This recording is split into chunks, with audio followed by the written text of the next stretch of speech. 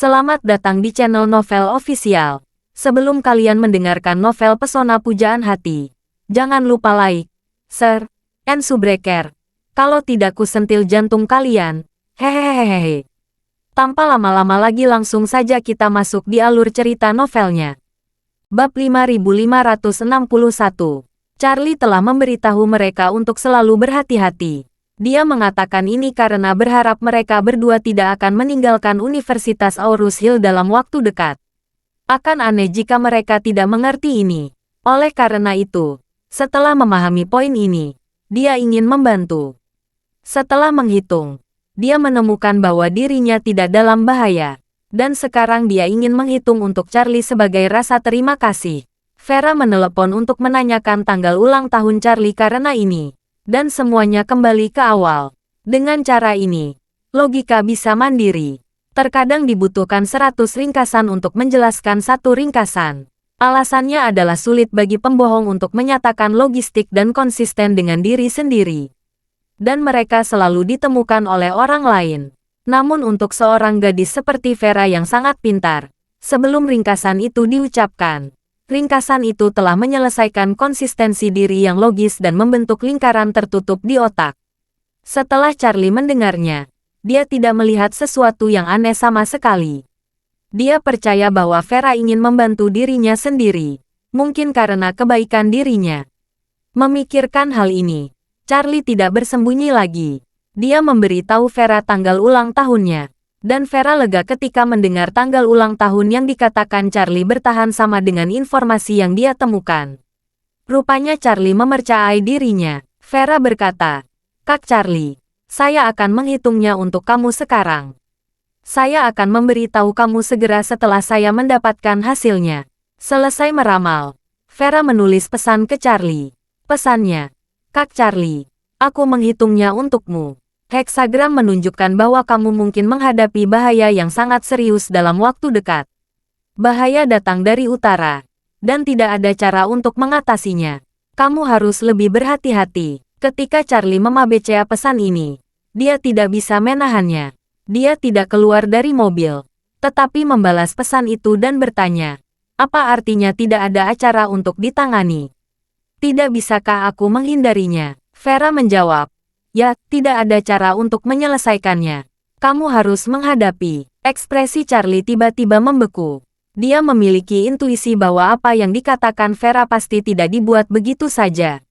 Dikombinasikan dengan latar belakang identitas misteriusnya, pemahaman dan penguasaan gosip I Ching benar-benar melampaui Chandler Lennart.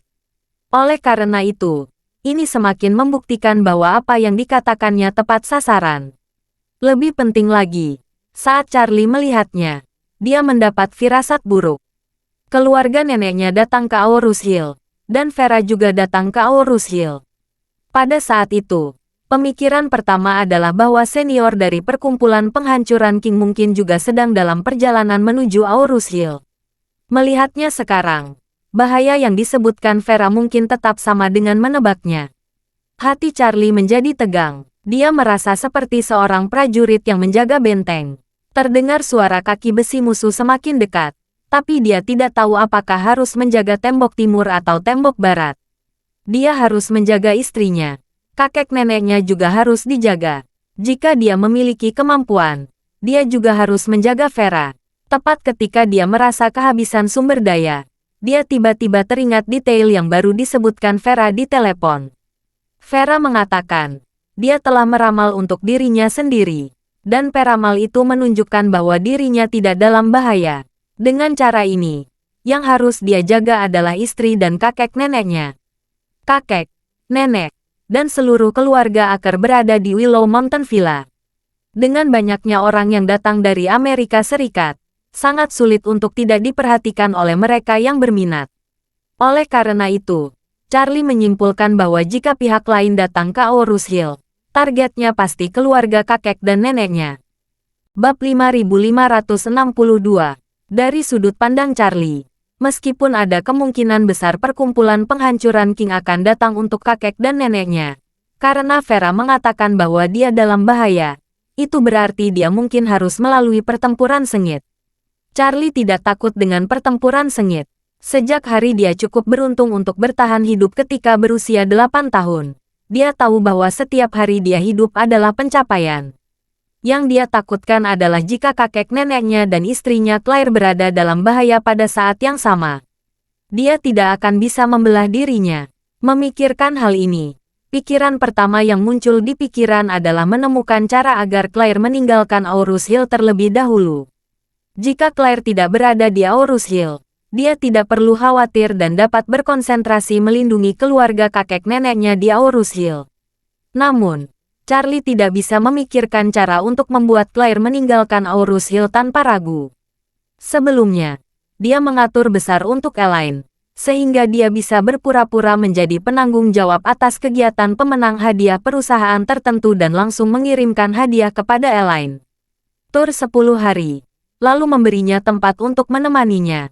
Dan kebingungan bahwa yang menemani harus perempuan.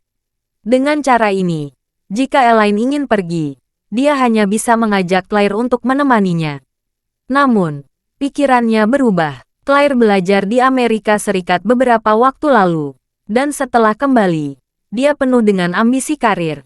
Jika Elaine meminta melakukan perjalanan, dan dia harus bepergian selama 10 hari, dia mungkin tidak setuju. Selain itu, tidak peduli metode apa yang dia gunakan untuk mengalihkan perhatian Claire, dia harus memastikan keberhasilan. Jika perjalanan ke luar negeri gagal, dan dia menemukan kesempatan lain, maka Claire mungkin menyadari ketidaknormalan tersebut. Setelah dipikir-pikir, Charlie tiba-tiba teringat Kathleen yang sedang berada di Amerika Serikat. Jika Kathleen mendekati Claire untuk masalah pekerjaan, maka Claire tidak akan menolak. Bukan hanya karena Claire sangat peduli dengan pekerjaan, tetapi juga karena Claire selalu merasa bahwa dia berhutang banyak pada Kathleen untuk kelas Master Akademi Desain. Jika Kathleen meminta bantuannya, dia tidak akan menolak. Maka, Charlie segera mengeluarkan ponselnya dan menelepon Kathleen. Saat itu pagi hari di Amerika Serikat, Kathleen baru saja tiba di kantornya di markas Fox Group. Sebelum sempat duduk, dia menerima telepon dari Charlie. Saat menerima telepon Charlie, Kathleen sangat gembira. Dia dengan cepat menyesuaikan laju pernapasannya beberapa kali, lalu menyambungkan telepon. Dia bertanya dengan tenang, "Tuan Wade, kamu membutuhkan saya?" Charlie bersenandung, berkata, "Nona Fox, saya memerlukan bantuanmu." Kathleen menanggapi, "Tuan Wade, kita berteman. Kalau kamu punya sesuatu, katakan saja." Charlie bertanya padanya, "Nona Fox, saya ingin tahu apakah Fox Group memiliki proyek real estate di Amerika Serikat?" "Ya, ada, di New York.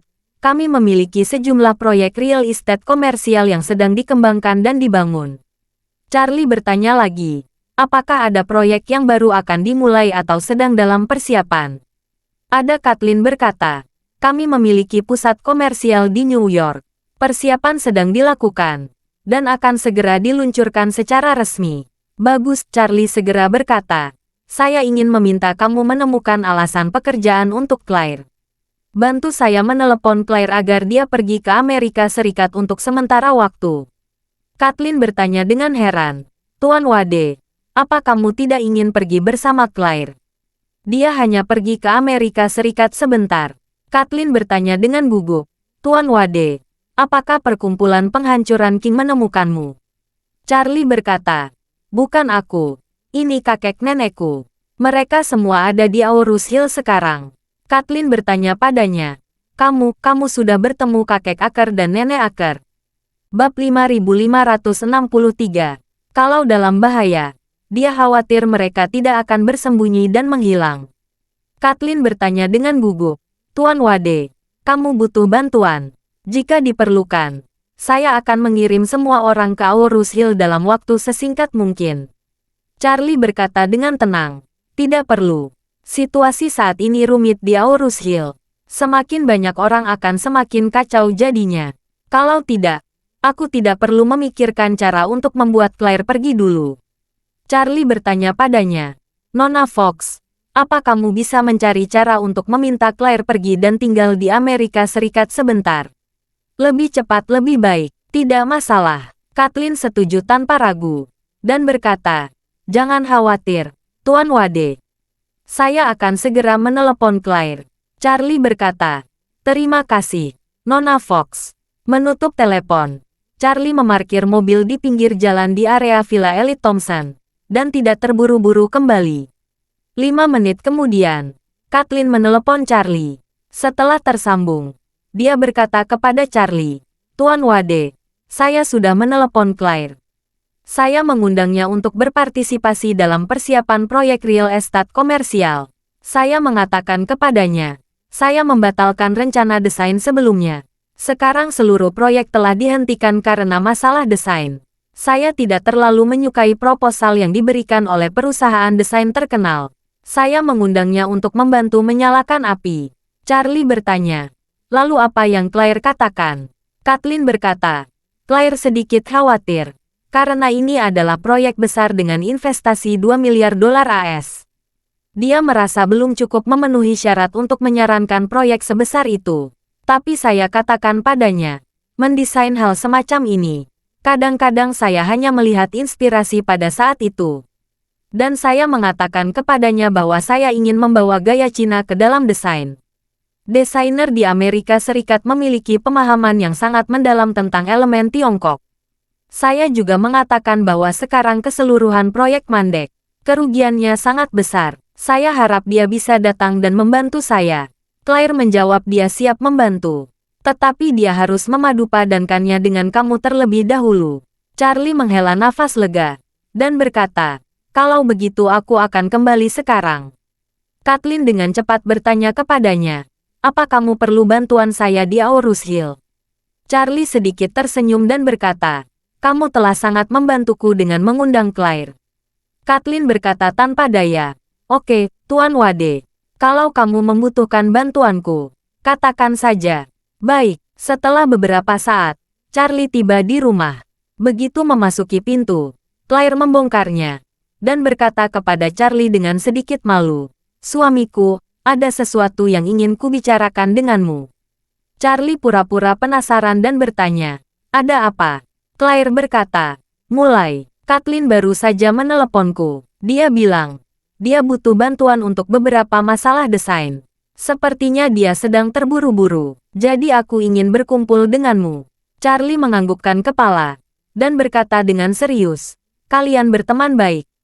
Karena dia membutuhkan bantuanmu, kamu pergi saja untuk membantu.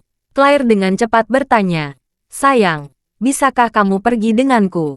Ini, Charlie agak malu, dan berkata, aku mungkin tidak bisa pergi ke Amerika Serikat. Masih ada beberapa klien yang menungguku untuk Feng Shui. Kamu tahu, saat kita berdua pergi ke Amerika Serikat terakhir kali, banyak pelanggan domestik yang mengalami backlog. Beberapa dari mereka telah saya janjikan untuk ditunjukkan kepada orang lain. Charlie berkata dengan ekspresi sangat kecewa. Tapi ketika aku berpikir untuk pergi sejauh ini ke Amerika Serikat, aku masih merasa sedikit enggan untuk berpisah denganmu. Charlie menyentuh wajahnya dan berkata sambil tersenyum, kamu pergi saja. Kamu tidak bisa membawa suamimu bersamamu sepanjang waktu. Orang lain akan memulaimu. Seolah-olah aku tidak membawa istriku ketika aku keluar untuk menunjukkan Feng Shui kepada orang lain. Charlie berkata lagi pula, kamu dan Nona Fox adalah teman baik. Kalau kamu pergi sendiri, kurasa dia mungkin akan mengundangmu untuk tinggal bersama. Kalian berdua sahabat bekerja bersama sepanjang hari. Akan senang berbicara dari hati ke hati bersama. Bab 5564. Meskipun Claire memiliki kepribadian yang lemah, dia selalu berkomitmen untuk menjadi wanita yang kuat di tempat kerja. Apa yang Charlie katakan menyentuh hatinya. Bagaimana seorang wanita dapat membawa suaminya di sisinya sebagai pelapis ketika dia pergi bekerja. Hal itu tidak hanya membuat dirinya terlihat tidak berguna, tetapi juga dapat membuat suaminya terlihat tidak berguna. Selain itu, kalimat terakhir Charlie juga tepat sasaran. Claire dan Kathleen berteman baik. Hubungan antara teman baik tidak selalu melibatkan suami. Kalau tidak, Kathleen pasti akan merasa aneh. Memikirkan hal ini, dia tidak punya pilihan selain menganggukkan kepalanya. Dia berkata kepada Charlie dengan nada meminta maaf. Suamiku, kalau begitu, aku akan pergi sendiri. Selama aku tidak berada di Aurus Hill, Kamu harus menjaga dirimu baik-baik. Bantu aku menjaga orang tuaku. Jangan khawatir. Charlie bertanya sambil tersenyum. Ngomong-ngomong, istriku, apa kamu sudah memberikan jawaban yang jelas kepada Nona Fox? Claire mengangguk. Sudah ku bilang.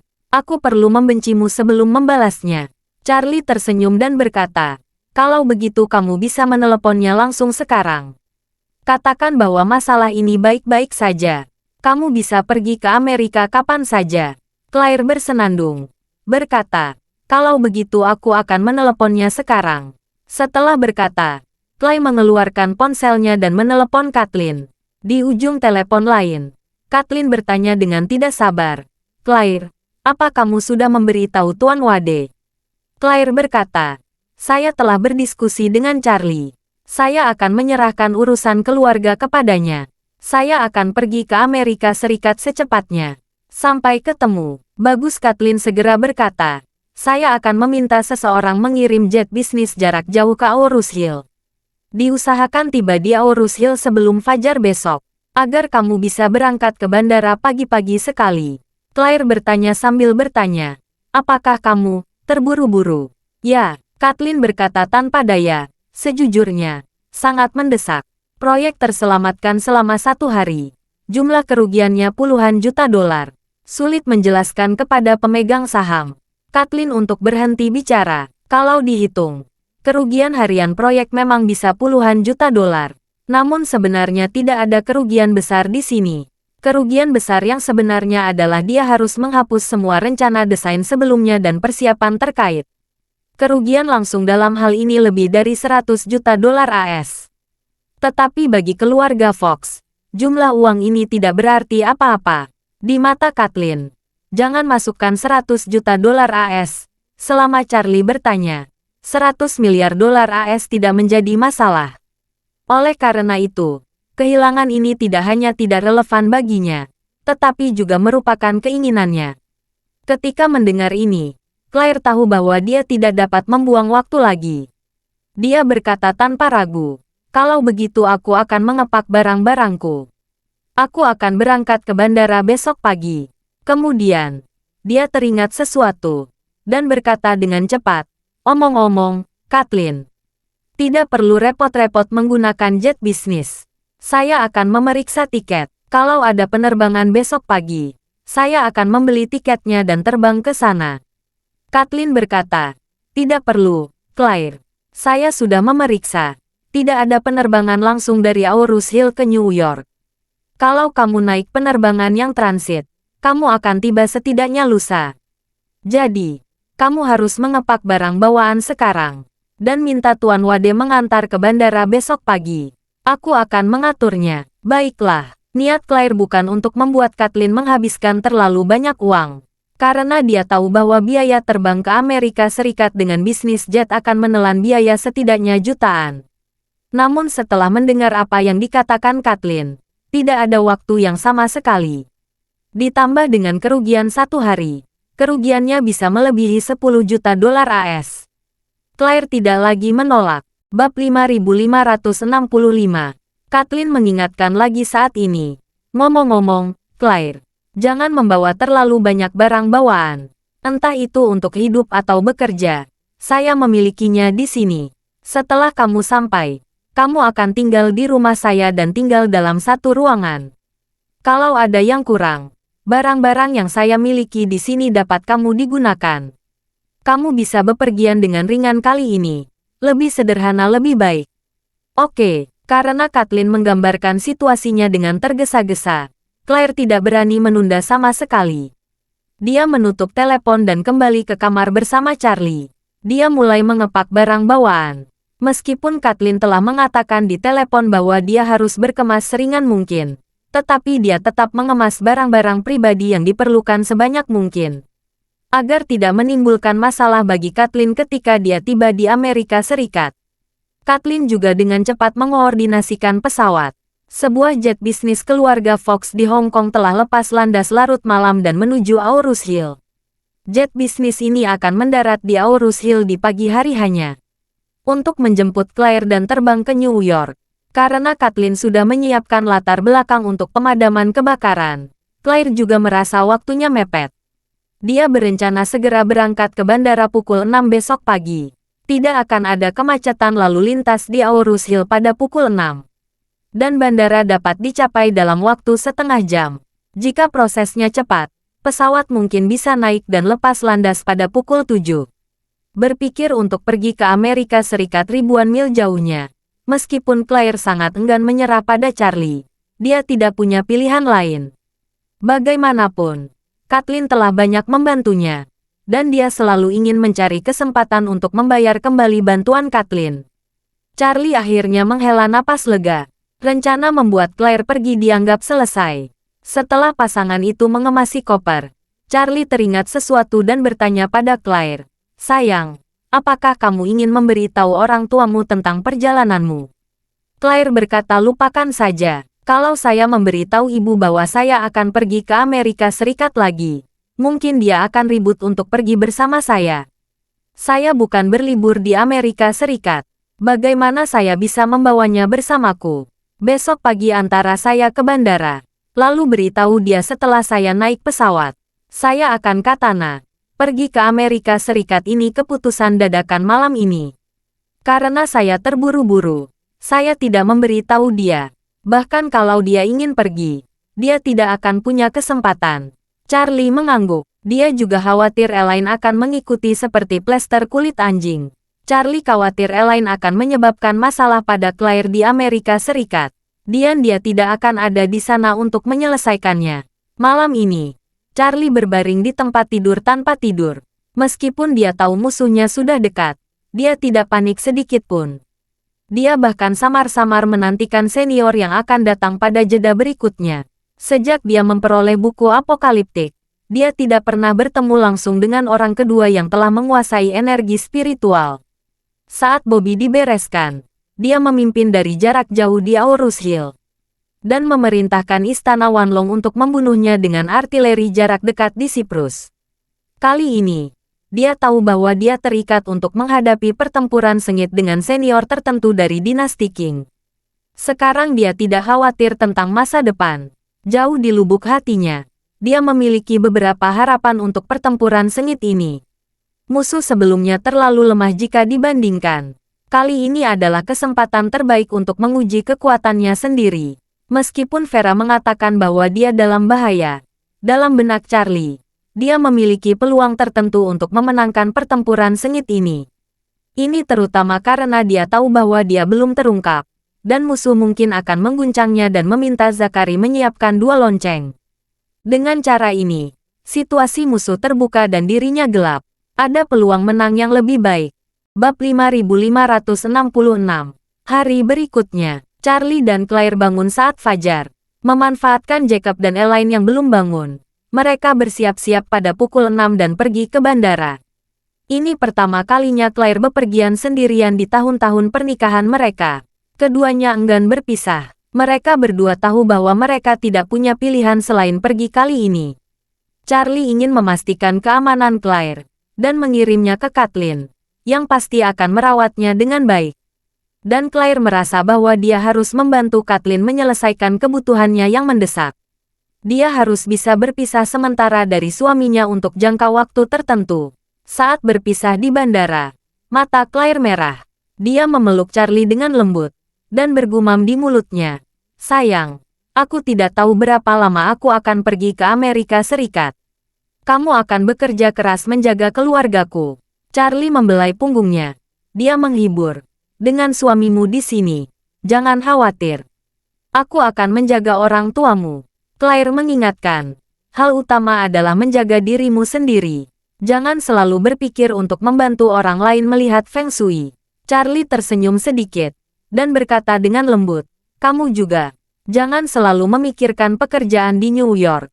Perhatikan untuk menggabungkan pekerjaan dan istirahat." Claire diam-diam menyeka air matanya dan berkata dengan enggan, "Sayang, kalau begitu aku akan masuk." "Pergilah." Charlie mengangguk dan berkata sambil tersenyum, "Kabari aku setelah kamu mendarat." "Oke." Charlie memperhatikan Claire memasuki pemeriksaan keamanan dan berbalik dan pergi setelah dia menyelesaikan pemeriksaan keamanan dan meninggalkan bagian pemeriksaan keamanan. Saat itu baru pukul 5:30. Charlie tidak pergi dengan tergesa-gesa, tetapi datang ke aula kedatangan bandara. Karena masih terlalu dini, sangat sedikit orang yang menunggu di sini untuk mengambil pesawat. Charlie melihat salah satu pria memegang papan nama di pintu penjemputan di pintu keluar. Charlie sedikit lega. Dari sudut pandang saat ini, hal-hal yang diatur oleh Zachary sangat bisa diandalkan. Charlie tetap tenang dan datang ke layar lebar di bandara dan berhenti untuk menonton. Penerbangan paling awal dari Aurus Hill akan lepas landas 10 menit kemudian. Sedangkan penerbangan masuk paling awal tidak akan mendarat hingga pukul 8. Dalam daftar penerbangan masuk, sebagian besar keberangkatan adalah kota-kota besar domestik. Dan beberapa lainnya adalah kota-kota luar negeri. Charlie tidak tahu apakah musuhnya akan datang dengan pesawat, atau dari mana musuhnya akan datang. Tetapi dia tahu satu hal, mulai sekarang dia akan ditempatkan di Aurus Hill, dan dia tidak akan lagi khawatir. Dia mengepalkan tinjunya dan bersumpah dalam hatinya, tidak peduli siapa itu. Jika dia ingin membunuh kakek nenekku di kota ini di mana orang tuaku dibunuh secara brutal 20 tahun yang lalu, aku, Charlie, akan berjuang sampai mati dan bertarung dengan hidupku. Dewa datang untuk membunuh dewa. Buddha datang untuk membunuh Buddha. Kalimat terakhir bergema di hati Charlie. Dia melihat sekali lagi pada penerbangan yang masuk di bandara dengan mata tegas, berbalik, dan melangkah pergi. Saat ini, East Cliff. Saat itu juga pukul 6.30 pagi. Dan Bandara Internasional East Cliff jauh lebih sibuk daripada Aurus Hill. Karena kepadatan penerbangan, penerbangan keluar East Cliff mulai berangkat satu demi satu pada pukul 6.10 pagi. Senior Chardon, yang mengenakan gaun panjang, berjalan ke aula keberangkatan domestik Bandara East Cliff sebagai Su Changqing, seorang Tionghoa perantauan dari Argentina. Di bawah tekanan Tuan Ying, dia membeli penerbangan paling awal ke Aurus Hill hari ini. Pesawat lepas landas pada pukul 8 dan penerbangan diperkirakan memakan waktu 1 jam 40 menit. Setelah menyelesaikan prosedur check-in, Senior Chardon menutup matanya dan beristirahat di longe kelas 1, menunggu boarding. Namun, jantungnya yang telah berdetak selama 156 tahun, entah kenapa, saat ini selalu sering berhenti tanpa alasan. Terkadang tiba-tiba terlalu cepat, terkadang tiba-tiba terlalu lambat, seperti roller coaster dengan rasa takut yang berkepanjangan. Senior Chardon tahu bahwa perilaku abnormal ini disebabkan oleh kegugupannya. Sudah sangat lama dia tidak pernah terlalu gugup seperti ini. Dia masih ingat dengan jelas bahwa dia selalu seperti ini setiap kali dia gugup. Dan itu adalah kebiasaan yang terbentuk sejak masa kanak-kanak hingga remaja. Pada saat ini, Senior Chardon mengenang perjalanan hidupnya yang panjang. Bab 5567. Di masa kecilnya, Senior Chardon hidup di era tragis kehilangan kekuasaan dan mempermalukan negara. Tidak ada cukup makanan, tidak ada pakaian hangat, serigala di mana-mana, dan harimau serta macan tutul berkeliaran. Adapun dirinya, dia tidak bisa menghitung berapa kali dia berjuang dari ambang kematian. Dia hanya ingat bahwa setiap kali saat kritis hidup dan mati datang, jantungnya akan naik turun seperti ini, dengan sedikit rasa sakit dan jantung berdebar. Saat itu, dia memasuki kuil Changyun dan menjadi pendeta Tao untuk menghindari api peperangan, untuk makan enak, dan untuk bertahan hidup. Saat itu, dia belajar Taoisme untuk bertahan hidup dan tidak mati kelaparan. Dan setelah masuk sekolah Tao, dia menyadari bahwa yang dikejar Taoisme bukan hanya untuk hidup, tetapi untuk hidup selamanya. Puluhan tahun berkultivasi Taoisme, meskipun dia menyentuh pintu umur panjang, dia masih tidak mengerti maksudnya. Dia akhirnya meninggalkan kampung halamannya pada usia yang langka untuk menemukan jalan umur panjang yang sebenarnya. Sampai akhirnya dia bertemu Tuan Ying yang memulai jalan menuju kehidupan kekal. Sejak dia menguasai aura, selama bertahun-tahun, Senior Chardon tidak pernah merasakan ketegangan yang sama seperti ini. Hingga hari ini, setelah lebih dari 100 tahun, dia sekali lagi merasakan kecemasan antara hidup dan mati. Dia tidak bisa menahan diri untuk berpikir dalam hatinya, mungkinkah akan ada malapetaka saat aku pergi ke Aurus Hill kali ini? Memikirkan hal ini, Dia dengan cepat menggelengkan kepalanya dan menghibur dirinya sendiri di dalam hatinya. Seharusnya tidak. Bagaimana bisa ada raksasa yang bisa menyakitiku di Aurus Hill? 20 tahun yang lalu, Curtis dan Ashley, yang tinggal di sini dalam pengasingan, rentan terhadapku. Sekarang, aku akan memusnahkan keluarga Aker dan semua anggota keluarga mereka di Aurus Hill. Sama sekali tidak ada yang bisa menyakitiku. Berbicara tentang ini, sudut mulutnya berubah menjadi lengkungan yang kejam dan lucu. Dan dia mencibir di dalam hatinya. Ada juga satu-satunya putra Ashley dan Curtis, yang lolos dariku secara kebetulan 20 tahun yang lalu. Kamu dan keluarga kakek nenekmu, segera pergi temui orang tuamu yang berumur pendek. Saat ini, petugas layanan di Longe kelas 1 mendatanginya dan berkata dengan hormat, Tuan Su, penerbangan Anda ke Aurus Hill sudah mulai naik. Harap pergi ke gerbang 36 tepat waktu dan naik ke pesawat. Senior Chardon membuka matanya dan sedikit tersenyum. Oke, terima kasih. Setelah selesai berbicara, dia berdiri dan pergi ke gerbang 36. 40 menit kemudian, pesawat yang ditumpangi Senior Chardon lepas landas di landasan Bandara East Cliff. Dan setelah setengah lingkaran di udara, pesawat itu terbang jauh ke selatan. Di pagi hari pukul 10, pesawat mendarat di Bandara Aurus Hill. Saat musik kabin dimainkan, Senior Chardon, yang menutup matanya sepenuhnya, membuka matanya. Dia melihat keluar jendela dan merasa darahnya berangsur-angsur mendidih. Dia tahu bahwa ini adalah keinginan untuk membunuh. Karena semua tindakan membutuhkan persetujuan dari penguasa kerajaan, dia tidak memiliki banyak kesempatan untuk membunuh. Terakhir kali dia melakukannya adalah 20 tahun yang lalu. Kali ini, dia akan membuat keluarga Aker di Aurus Hill penuh dengan darah. Memikirkannya seperti ini, dia tidak dapat menahan desahan dalam hatinya, bahwa dia dan Aurus Hill benar-benar memiliki takdir. Tetapi bau darah dari takdir ini sedikit lebih kuat. Saat pesawat berhenti di jembatan koridor, Senior Chardon adalah orang pertama yang keluar dari kabin penumpang.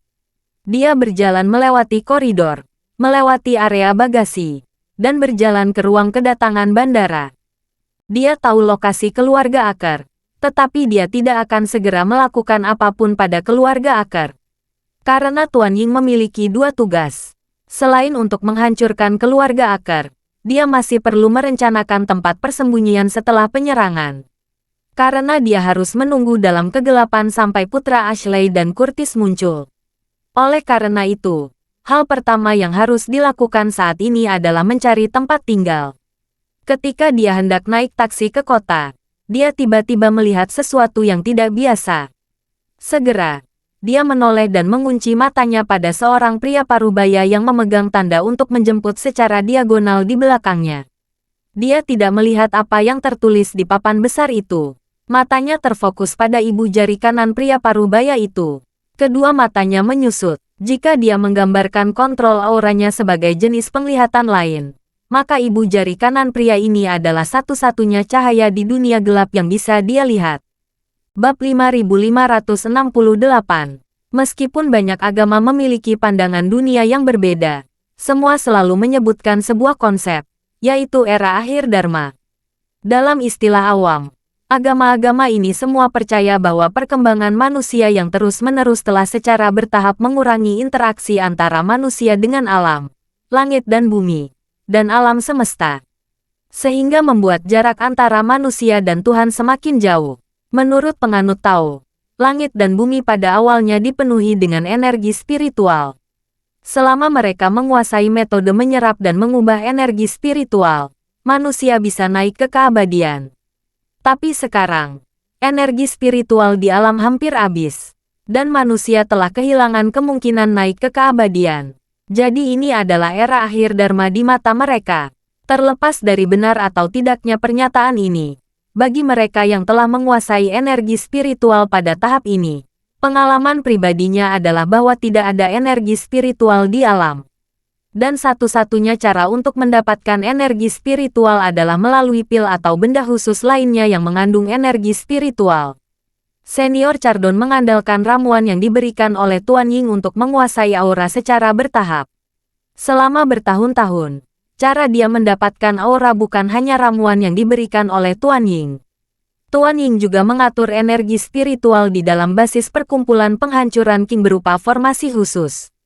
Saat formasi ini beroperasi, akan terus-menerus menghasilkan energi spiritual. Meski energi spiritual yang dihasilkan tidak banyak, namun masih cukup besar setelah bertahun-tahun. Dalam beberapa tahun terakhir, 4 senior di dinasti Qing cukup beruntung memiliki kesempatan untuk mundur dan berlatih dalam formasi. Namun sebagian besar waktu formasi didedikasikan untuk melayani Tuan Ying saja.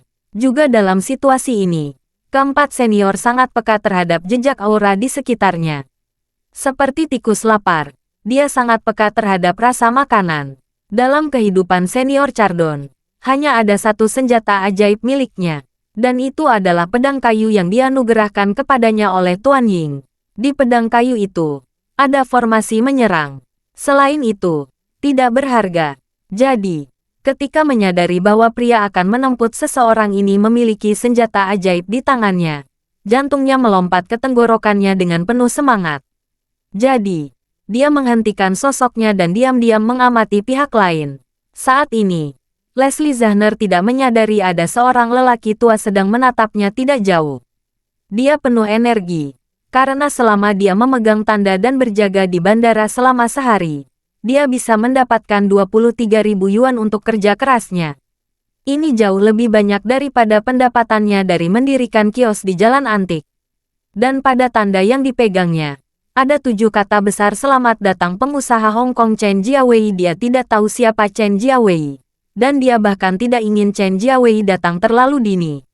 Dalam 4 bulan ke depan tahun ini, dia akan bisa beristirahat di rumah. Senior Chardon mengamati Leslie sebentar, dan sampai pada kesimpulan, orang ini tidak mahir dalam aura. Bukan hanya karena dia tidak melihat adanya fluktuasi aura, tetapi yang lebih penting, Leslie terlalu biasa. Sekarang, alis dan ekspresinya penuh dengan semangat nyata warga negara kecil. Seseorang yang mahir dalam energi spiritual tidak akan pernah memiliki suasana jalanan tingkat rendah seperti ini. Oleh karena itu, Senior Chardon menduga bahwa orang ini seharusnya tidak mengetahui bahwa cincin di tangannya sebenarnya adalah senjata ajaib. Memikirkan hal ini, dia mendapatkan ide untuk menarik jarinya. Jadi, dia berpura-pura melihat ke kiri dan ke kanan dan mendatangi Leslie. Lalu bertanya kepadanya, "Saudaraku, saya ingin bertanya. Kalau saya ingin pergi ke pusat kota, bagaimana saya harus ke sana?" Leslie balas menatapnya, melihat bahwa dia adalah seorang lelaki tua yang tidak mencolok. Dia berkata dengan acuh tak acuh, "Apakah ada yang perlu ditanyakan?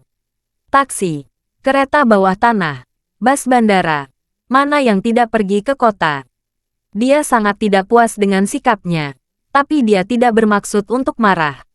Bagaimanapun, ini semakin memperkuat penilaiannya terhadap Leslie. Bab 5569. Jadi, dia tersenyum dan berkata, "Sejujurnya, adik laki-laki, ini pertama kalinya saya datang ke Aurus Hill. Saya belum terbiasa, dan saya juga sudah tua. Mata saya tidak terlalu bagus. Saya agak bingung." Saat dia berkata, dia mengeluarkan uang 100 yuan dari sakunya, lalu menyerahkannya kepada Leslie, dan berkata, "Ini isyarat kecil, terimalah. Jika nyaman, dapatkah kamu memberitahu saya mana yang harus saya pilih? Mana yang lebih cepat?" Leslie awalnya tidak ingin berbicara dengan lelaki tua itu, namun melihat pihak lain mengeluarkan uang 100 yuan, sikapnya segera membaik. Dia tersenyum dan mengambil $100 dari tangan Chardon, lalu berkata dengan datar, "Kereta bawah tanah pasti yang tercepat, tapi sudah lewat jam 10, dan jam sibuk pagi hari telah berlalu. Sekarang jangan apa-apa naik taksi ke kota, hanya setengah jam, lebih cepat daripada kereta bawah tanah. Karena kamu tidak kekurangan uang, lebih baik naik taksi." "Oke." Senior Chardon menangkupkan tangannya dan berkata dengan sopan, "Terima kasih, ikhlas." "Sama-sama," kata Leslie, dan memasukkan uang 100 yuan ke dalam sakunya. Bagaimanapun, jika dia tidak segera memasukkan uang ke sakunya, mungkin lelaki tua itu akan meminta kembali. Pada titik ini, Senior Chardon menunjuk kunci giok di ibu jari enkripsi, dan bertanya dengan rasa ingin tahu. Mendorong, menurutku cincinmu ini tidak buruk. Saya ingin tahu berapa nilainya. Meskipun dia biasanya curang, tetapi dia masih memiliki beberapa kebijaksanaan. Dia berkata dengan santai, cincin jari ini dari dinasti Qing, tidak terlalu berharga, dan tidak akan terlalu murah. Harga pasar seharusnya sekitar 10.000. Senior Chardon tidak memiliki banyak penelitian tentang barang antik, jadi dia bertanya dengan rasa ingin tahu, apa maksud harga pasar?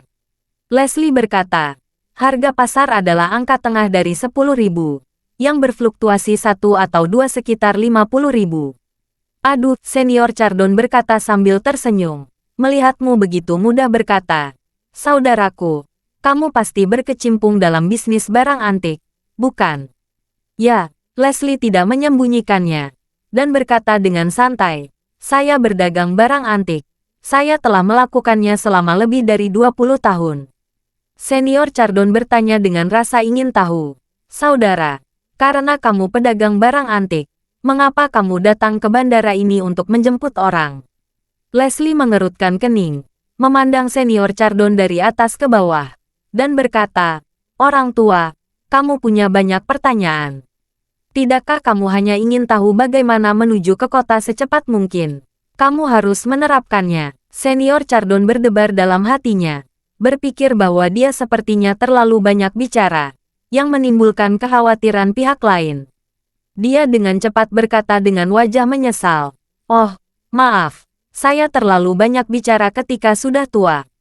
Saya hanya ingin menjangkau semua orang. Apa yang Chardon tidak tahu adalah bahwa apa yang dimaksud Leslie dengan mengatakan ini sebenarnya untuk mengingatkannya bahwa jika dia masih ingin mengajukan pertanyaan lain, dia harus mengeluarkan lebih banyak uang.